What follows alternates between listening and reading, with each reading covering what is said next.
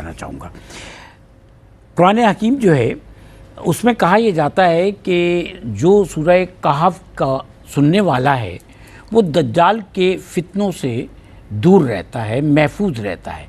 کیا اس بات میں حقیقت ہے؟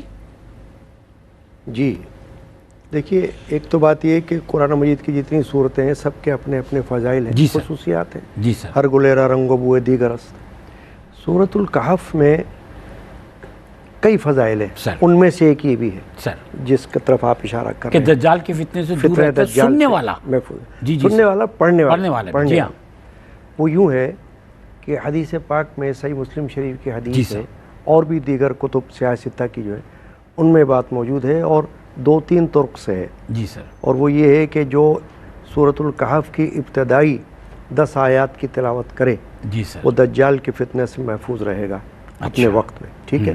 دوسری یہ ہے کہ جو سورۃ الکہف کی آخری 10 آیات تلاوت کرے، یعنی حدیث میں یہ بھی ہے کہ پہلی 10 آیات اور یہ بھی ہے کہ آخری 10 آیات تلاوت کرے تو وہ فتنہ دجال سے محفوظ رہے گا۔ اور یہ بھی ہے کہ جب کبھی کسی کو دجال کا سامنا ہو گیا اور اس وقت وہ سورہ کہف پڑھ دے تو اس کے فتنے سے محفوظ رہے گا۔ سبحان اللہ۔ تو یہ بھی حدیث پاک میں موجود ہے یہ بات۔ اس سے یہ معلوم ہوتا ہے کہ سورۃ الکہف کو اللہ تبارک و تعالیٰ نے یہ ایک خاص شرف عطا فرمایا۔ فضائل تو اپنی جگہ اور بھی ہوتے ہیں۔ اب سورہ فضائل حضرت امام المفسرین والمحدثین شاہ ولی اللہ رحمۃ اللہ تعالی علیہ نے اپنی تفسیر میں خواص میں سے یہ بات ذکر فرمائی ہے کہ جو شخص رات کو اس کو لکھ کر اپنے گھر میں رکھ دے تو وہ امان میں رہے گا، امن میں رہے گا، امان میں رہے گا، چوری وغیرہ اس سے محفوظ رہے گا۔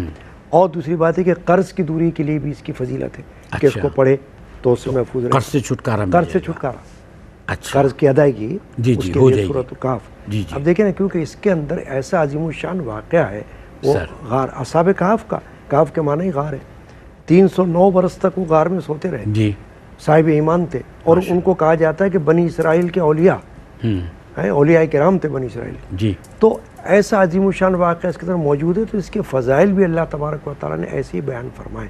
چنانچہ جو بات آپ نے کہی ہے وہ یہ درست احادیث کی روح سے ہے، اور اس میں جیسے میں نے بتایا کہ 2-3 باتیں ہیں، پہلی آیات کی بھی حوالے سے ہیں، دوسری آیت کے حوالے سے، پھر ایک اور بھی روایت ملتی ہے کہ 3 آیات شریفہ اگر کوئی پڑھ دے تو بھی فتنہ دجال سے محفوظ رہے گا۔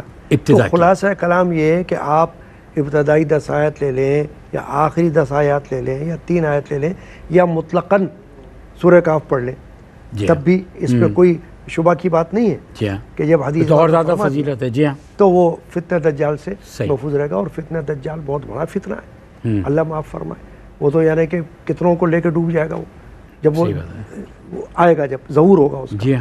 تو اس لیے اس کے لیے یہ سورہ کہف فرمایا گیا، تو یہ درست بات ہے، صحیح، حدیث کی روح سے درست بات ہے۔